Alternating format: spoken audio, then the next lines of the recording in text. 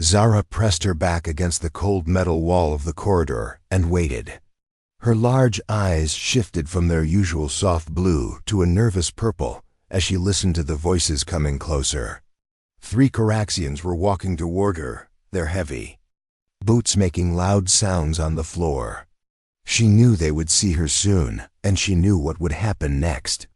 "Look what we have here," said the first Caraxian as he spotted her. His voice was rough and mean. "The little blue freak is hiding again." Zara tried to make herself smaller against the wall. Her translucent blue skin seemed to glow under the station's bright lights, making it impossible to hide.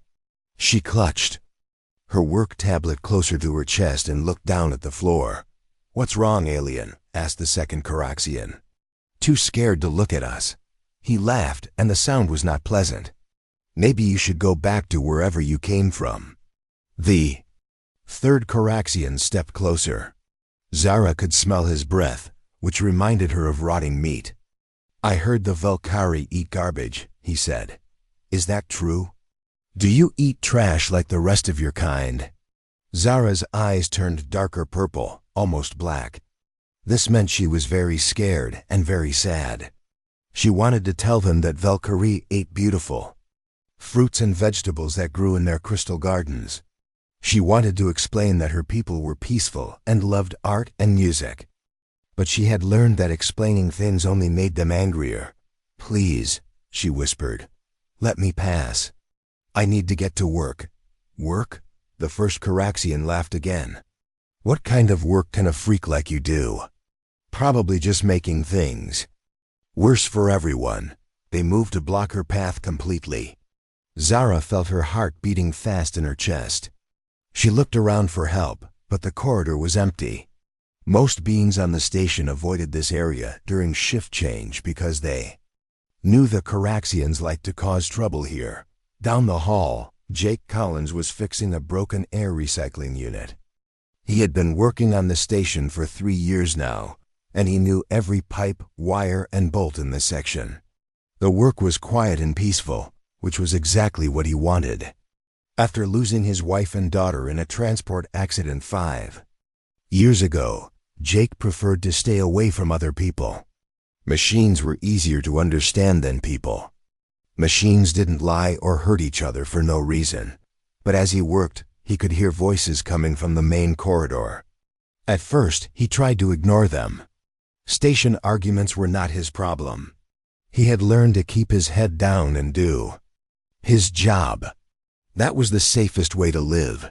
Then he heard a small, frightened voice say, "Please," in a way that reminded him of his daughter when she had nightmares. Jake stopped working and listened more carefully. "You don't belong here," one of the Caraxians was saying. "This station would be better without your kind." "My kind?" Zara's voice was shaking now. "I have done nothing wrong. I work hard every day. I try to help." "Help?" The Caraxian laughed. "The only help you can give us is to leave and never come back." Jake put down his tools and walked toward the voices. He knew he should stay out of it. Getting involved in station politics was dangerous, especially when it involved different species. But something about the fear in that small voice made his feet keep moving. When he reached the corner, he could see them. 3 large Caraxians had surrounded a young Valkyrie female. Jake had seen her before during his rounds. She always walked quickly with her head down, carrying her work tablet like it was the most important thing in the world. He had never spoken to her, but he had noticed that other beings on the station treated her badly. The Valkyrie were not popular on New Geneva Station. Most people said they could not be trusted because their home worlds were fighting with some of the other species. Jake did not know much about politics, but he knew what bullying looked like. And this was bullying. The girl was pressed against the wall now, looking like a small animal trapped by hunters.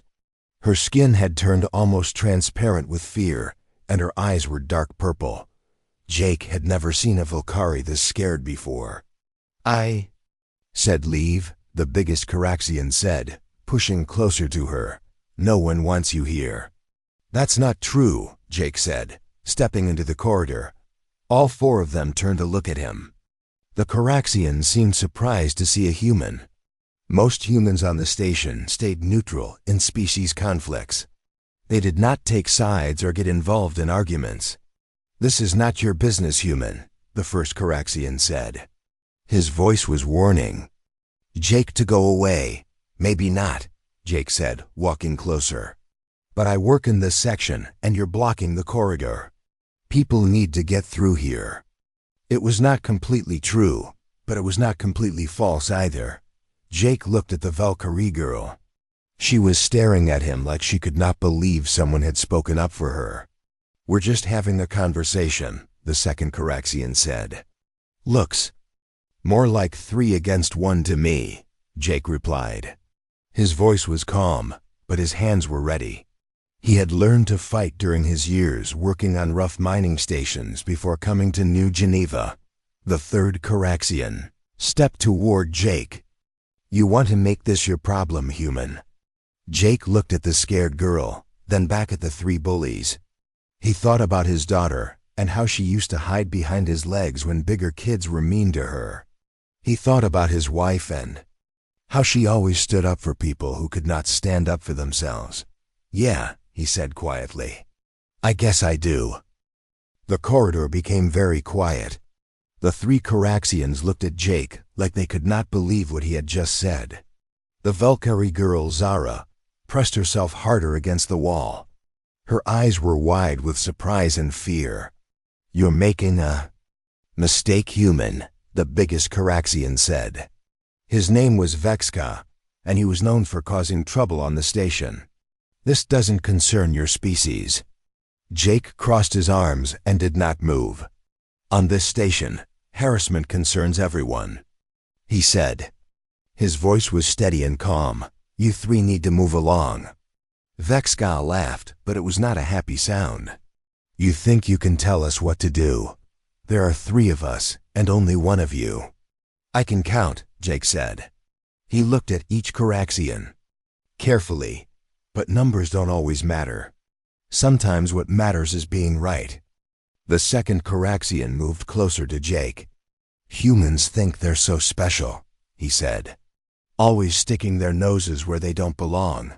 "Maybe," Jake said. "But we also don't like bullies." Zara watched this happen with amazement. In all her time on the station, no one had ever stood up for her. Most beings pretended she did not exist. Others were openly mean to her. But this human, who she had only seen from far away, was putting himself in danger for her. "Why do you care about this freak?" Vexka asked, pointing at Zara. "She's not even your species.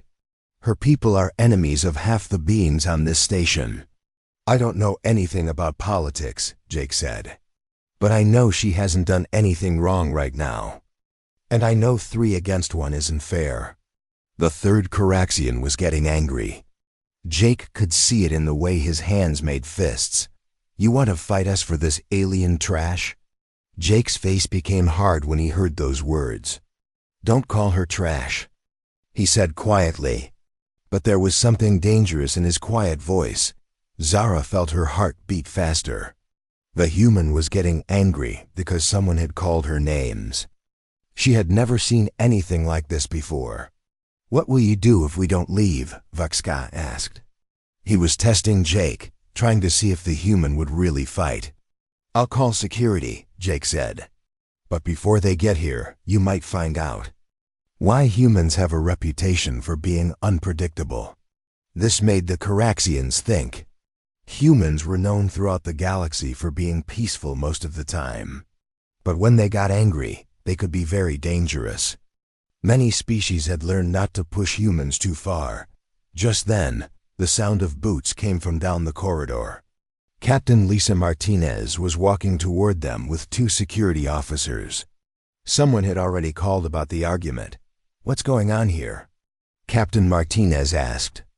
She was a human too, but she wore the blue uniform of station security. She looked at the group and immediately understood the situation. "Just a misunderstanding," Vexka said quickly. He did not want trouble with security. "Is that right?" "Captain." Martinez looked at Jake. Mr. Collins, what's your version? Jake looked at Zara, then back at the captain. These three were blocking the corridor and bothering this lady. I asked them to move along. Captain Martinez wrote something on her tablet. And did they move along? We were just leaving, the second Caraxian said quickly. Good, Captain Martinez said. Then you can keep leaving. And remember, harassment of any station resident is against regulations. Species doesn't matter. The three Caraxians walked away, but Vexka stopped and looked back at Jake. This isn't over, human, he said. Yes, it is, Captain Martinez said firmly. Move along. After the Caraxians left, Captain Martinez talked to Jake and Zara for a few minutes. She wrote down what happened and told them to report any more problems. Then she and her officers left too. Jake and Zara were alone in the corridor. For a moment, neither of them spoke.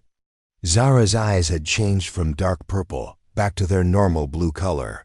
She was not scared anymore, but she was still surprised.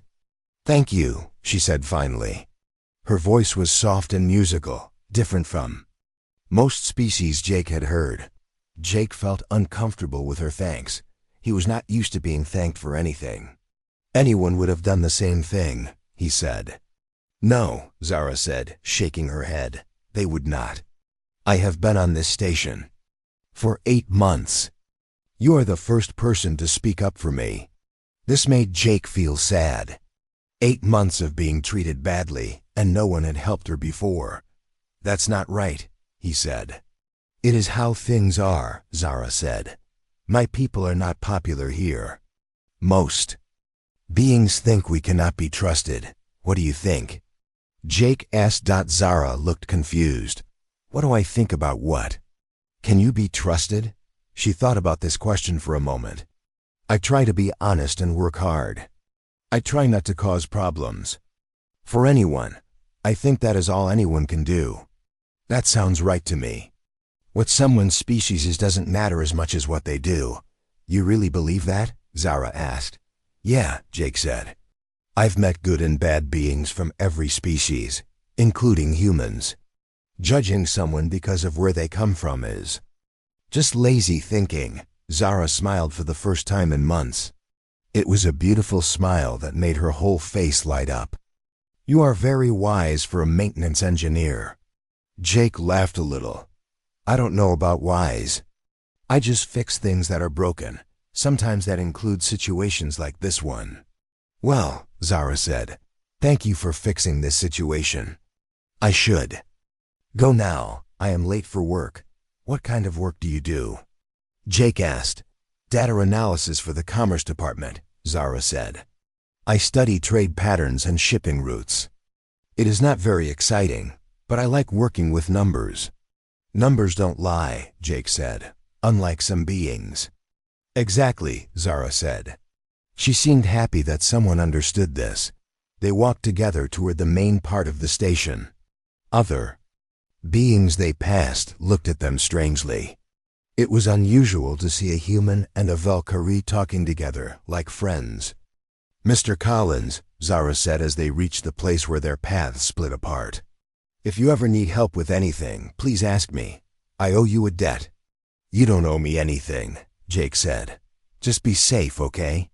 Zara nodded and walked away toward her office. Jake watched her go and felt something he had not felt in a long time. He felt like he had done something important, but as he walked back to his work, he noticed other beings looking at him differently. Some seemed surprised. Others seemed angry. Word was already spreading through the station about what had happened. Jake Collins, the quiet human engineer, had stood up for the Valkyrie outcast. Some beings thought this was brave. Others thought it was foolish. Jake did not care what they thought. He had done what felt right, and that was enough for him. But he did not know that his actions would change everything on New Geneva Station. The ripples from this moment would spread far beyond what anyone could imagine. 3 days after the corridor incident, Jake was fixing a water pump in Section 7 when he saw Zara again. She was sitting alone in a small break area, eating her lunch from a clear container. Her food looked like colorful crystals that seemed to glow softly. Jake had never seen anything like it. "Is that Valkyrie food?" he asked, walking over to her table. Zara looked up, surprised. "Oh, hello, Mr. Collins. Yes, these are nutrition crystals from my home world. They probably look strange. To you, they look beautiful," Jake said honestly. "Like tiny jewels. Mind if I sit?" "Please," Zara said, pointing to the chair across from her. "I would like the company." Jake sat down and opened his own lunch bag. Inside was a simple sandwich and some fruit. "My food looks pretty boring compared to yours," he said. "All food is good if it gives you energy," Zara said. "But I admit I miss the taste of home." "How long have you been away from your world?" Jake asked. 2 years, Zara said. Her eyes turned a sad shade of blue. "I came here to study and work. I thought it would be an adventure. I did not know it would be so lonely." Jake felt bad for her. "What made you come to this station?" "I wanted to learn about other species," Zara said. "My people have lived alone for so long. We only started meeting other beings 20 years ago. I thought if I understood how different species work together, I could help my people." "That's a good goal," Jake said. "Are you learning what you wanted to learn?" Zara looked around the empty break area. "I am learning that working together is harder than I thought." They ate in comfortable silence for a while. Jake noticed that Zara seemed more relaxed when she was not around other beings. Her skin was its normal beautiful blue color, and her eyes stayed a calm shade. "Can I ask you something?" Jake said. "Of course. What do you actually do in your job?" "You said data analysis, but what kind?" Zara's eyes brightened. "I study how goods move through the station. I look for patterns that can make shipping more efficient. Last week, I found a way to reduce loading time by 12%. "That's impressive," Jake said. "Did your bosses like your idea?" Zara's expression became sad again. "They said they would consider it, but I think they just put my report in a file somewhere." "Why would they ignore a good idea?" "Because it came from me," Zara said simply. "Many beings here think Valkyrie ideas cannot be trusted." Jake frowned. "That's stupid. A good idea is a good idea, no matter who thinks of it." "You would think so," Zara said. "But that is not how things work here." The next day, Jake was working in the main engineering section when his friend Danny Murphy came to find him. Danny was another human engineer who had worked on the station for 5 years. "Jake, we need to talk," Danny said. He looked worried. "What about?" Jake asked, not looking up from the circuit board he was repairing. "About you and the Valkyrie girl," Danny said. "People are talking." Jake stopped working and looked at his friend. "What kind of talking?" "Some beings are saying you're getting too involved with her. They think humans should stay neutral in species politics." "This isn't about politics," Jake said. "It's about right and wrong." "I know that," Danny said. "But not everyone sees it that way. Vexka and his friends are telling people that humans are taking sides against them." Jake put down his tools. "Let them talk. I don't care what they think." "Maybe you should care," Danny said. "I heard they're planning something. They want to make trouble for both you and the girl." "What kind of trouble?" "I don't know exactly. But Vexka has friends in high places. He could make your life difficult." Jake thought about this. He had worked hard to get his job on the station. He needed the money, and he liked the quiet work. But when he thought about Zara eating lunch alone every day, he felt angry. "Thanks for the warning," Jake said. "But I'm not going to stop being decent to her just because some bullies don't like it." That afternoon, Jake was walking to his next repair job when he heard strange sounds coming from a maintenance closet. It sounded like someone was working with electrical equipment, but the noises were different from anything he had heard before. He knocked on the door. "Hello, is someone in there?" The sounds stopped. After a moment, Zara opened the door. She looked embarrassed and worried. "Mr. Collins, I did not expect to see you here." Jake looked past her into the closet. There were wires and circuits spread out on a small table, but they were arranged in patterns he had never seen. Some of them seemed to be glowing with a soft light. "What are you doing?" he asked. Zara hesitated. "I was fixing something. But I should not be here. This is not my work area." "Fixing what?" "The power relay for this section has been having problems," Zara said. "I noticed it during my data analysis. Small power drops every few hours. I thought I could help." Jake looked at the equipment more carefully. The way Zara had connected the circuits was completely different from human engineering, but it looked elegant and efficient. "How did you know how to do this?" he asked. "Valkyrie technology is different from yours," Zara said. "We use bioelectrical systems that grow and adapt. I thought maybe I could combine our methods with your systems." Jake studied the setup. "This is incredible. You're basically making the circuit heal itself. You understand?" Zara looked surprised. "I think so. Instead of just replacing broken parts, you're teaching the system to fix small problems automatically." "Exactly," Zara said, her eyes lighting up with excitement. "This could prevent many of the maintenance problems that happen on the station. Have you shown this to anyone else?" Zara's excitement faded. "Who would I show it to? No one listens to my ideas." Jake thought about what Danny had told him about Vexca making trouble. Then he thought about the amazing things Zara had created in this small closet. "You need to document this properly," he said. "Write down exactly how it works. This could be important." "You really think so?" "I know so. This kind of innovation could help the whole station." Zara began putting her equipment away. "But what if people say I am trying to sabotage human systems? What if they think I am a spy? Then we'll prove them." "Wrong," Jake said. "We'll show them that cooperation makes everyone stronger." "We?" Zara asked. Jake had not meant to say that word, but now that he had, he realized he meant it. "Yeah, we, if you want my help." Zara smiled, and her whole face seemed to glow. "I would like that very much." As they walked out of the maintenance closet together, neither of them saw Vexca watching from around the corner. The Caraxian had been following Jake, looking for a chance to cause trouble. Now he had seen something much more interesting. The human and the Valkyrie were working together on station systems. This was exactly the kind of information Vexca could use to make serious problems for both of them. He smiled to himself and walked away to make some important calls. Soon, everyone would know that the Valkyrie could not be trusted with station security, and the human who defended her would learn what happened to beings who chose the wrong side. But Vexca did not know that Jake Collins was not as easy to intimidate as he looked. And he certainly did not know what Zara was really capable of. When she had someone to support her, the real conflict was about to begin.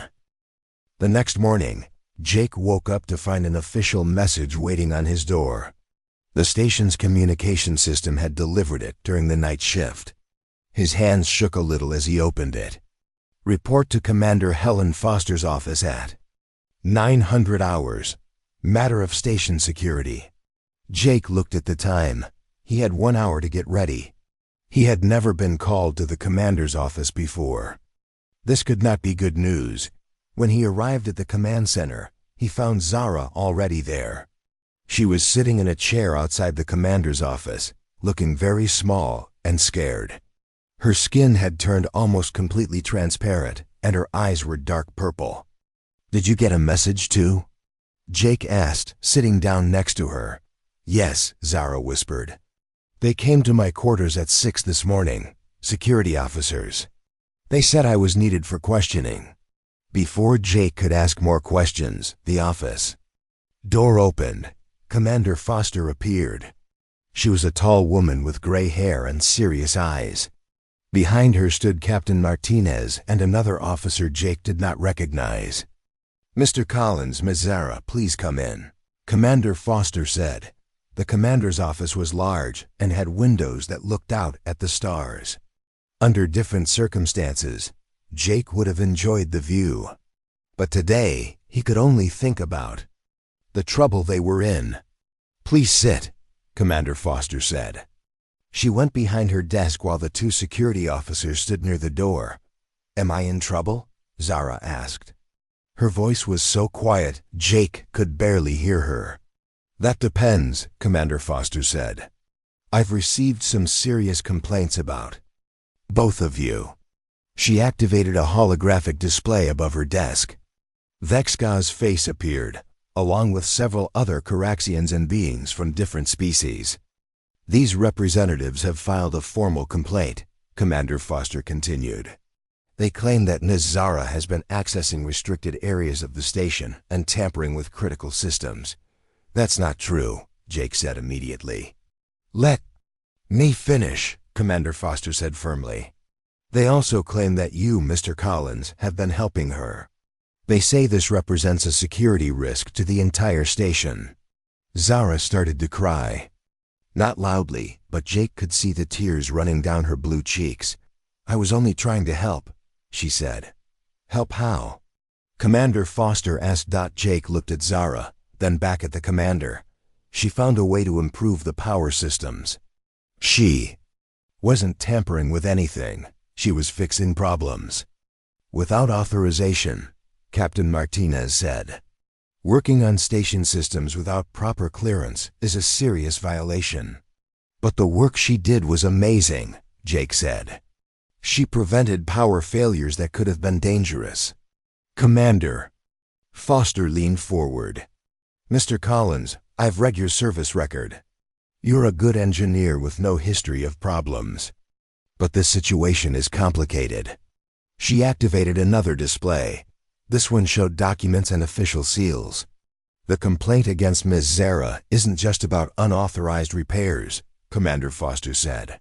"The Caraxian trade delegation is threatening to end their contracts with this station if she remains here. They represent 40% of our commerce revenue." Jake felt anger rising in his chest.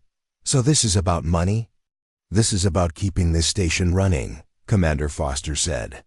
"Without trade revenue, we can't maintain operations. That means no jobs for anyone, including you." Zara stopped crying and looked up. "Commander, if I leave, will that solve the problem?" "It might," Commander Foster said. "But there's another issue. The complainants say your bioelectrical modifications could be sabotage. They want a full investigation." "Sabotage?" Jake stood up. "That's crazy. Her improvements made the systems better, not worse. Can you prove that?"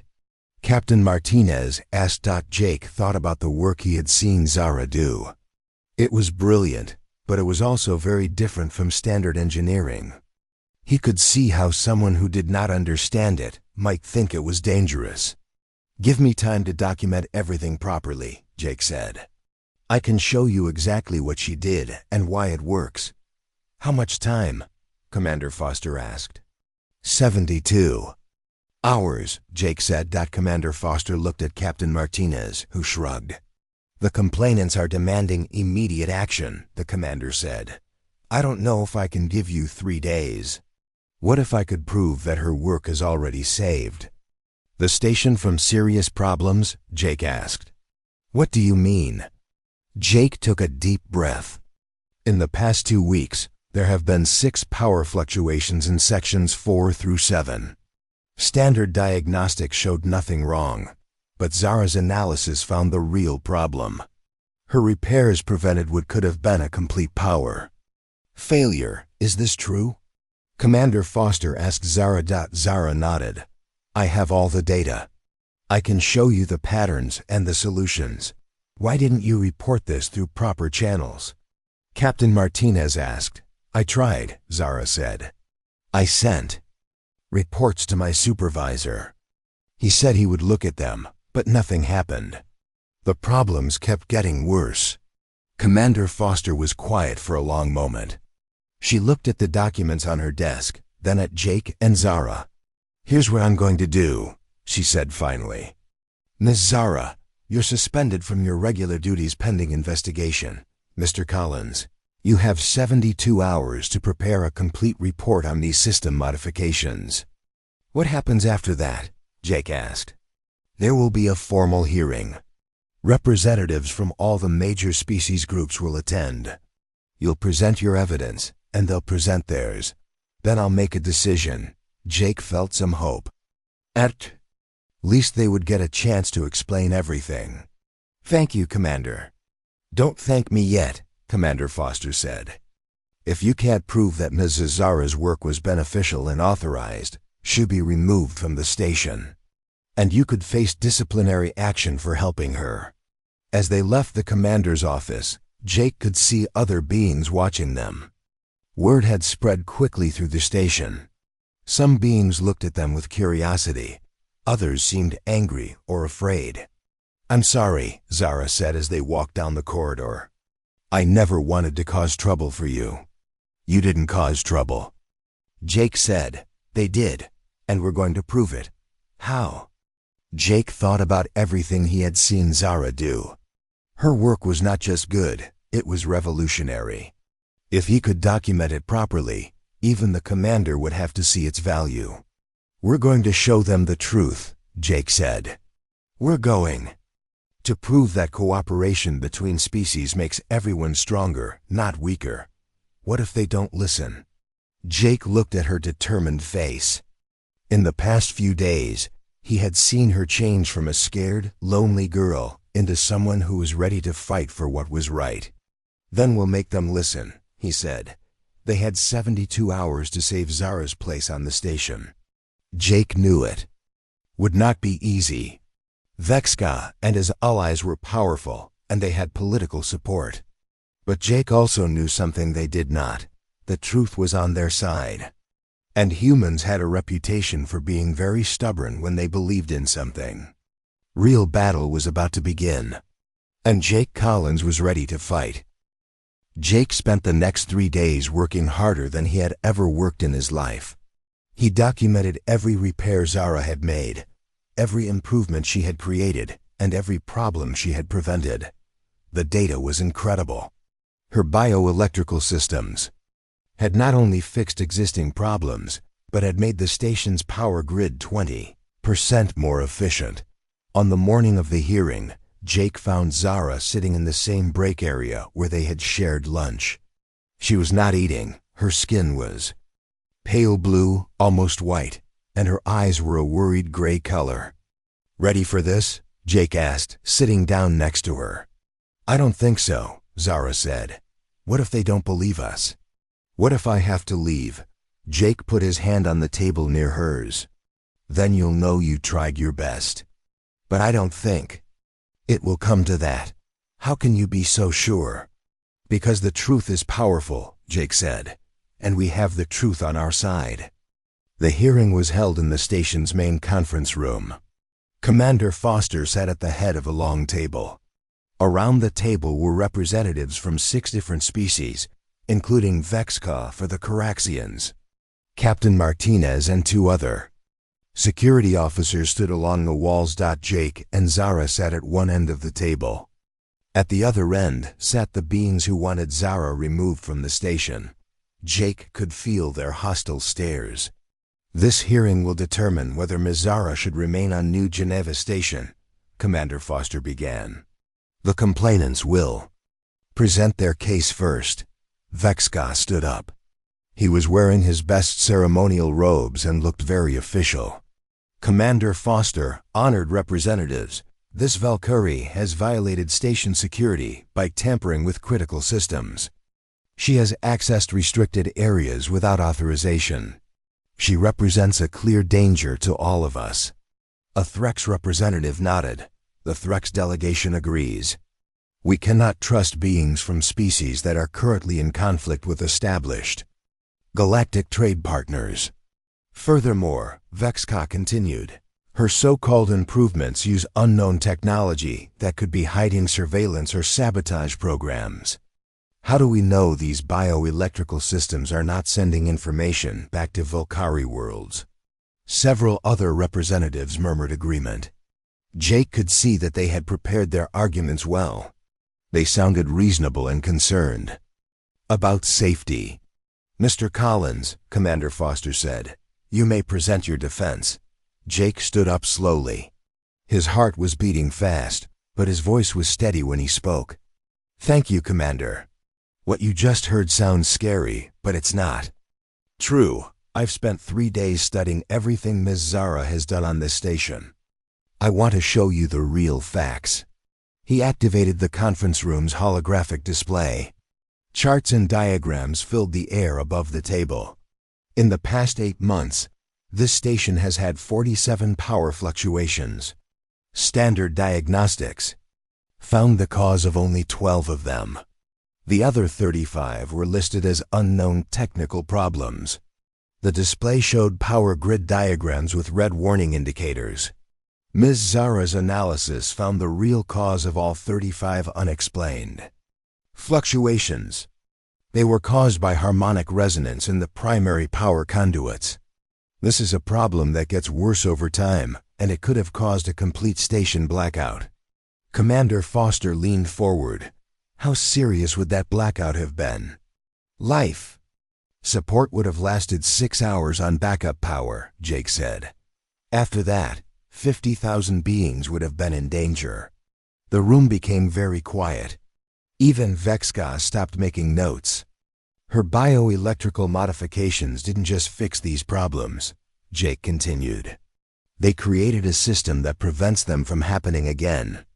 The power grid now adapts to changing loads automatically, just like a living nervous system. He changed the display to show efficiency charts. Station power consumption has dropped by 20% since her modifications were installed. That saves us 400,000 credits per year in energy costs. The Threx representative spoke up. But how do we know this alien technology is safe? Because I've tested it, Jake said. Every circuit, every connection, every program. There are no hidden functions, no surveillance systems, no sabotage code. It's just really good engineering. Vexka stood up again. This human cannot be trusted. He's obviously working with her. They're both part of some Valkyrie plot. Jake looked at Vexka calmly. Actually, there's a plot here. But it's not Valkyrie, and it's not about station security. He activated another display. This one showed shipping records and financial data. Mr. Vexka, your trade consortium has been overcharging this station for maintenance services. Standard repairs that should cost 1,000 credits, you've been billing for 3,000. Ms. Zara's improvements threaten your profit margins because they reduce the need for expensive repairs. Vexka's face turned dark red. That's a lie. Here are the receipts, Jake said. The display showed dozens of inflated bills and maintenance contracts. Ms. Zara's data analysis uncovered systematic overcharging that goes back 2 years. You've stolen over 6 million credits from this station. Commander Foster stood up. Is this true, Mr. Vexka? This is a distraction, Vexka said angrily. The real issue is station security. No, Jake said firmly. The real issue is that some beings are more interested in profit than cooperation. They want to remove Ms. Zara because she's exposing their corruption. Captain Martinez stepped forward. Commander, we can verify these financial records easily enough. Do it, Commander Foster said. And place Mr. Vexka under investigation for fraud.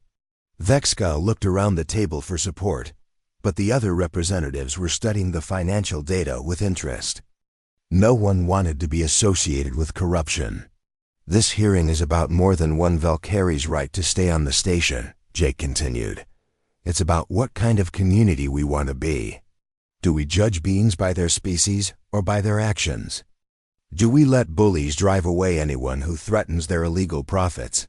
He looked around the table at each representative. Ms. Zara came here to learn about cooperation between species. Instead, she found prejudice and harassment. But she didn't give up. She kept working, kept trying to help, kept believing that things could be better. Jake's voice grew stronger.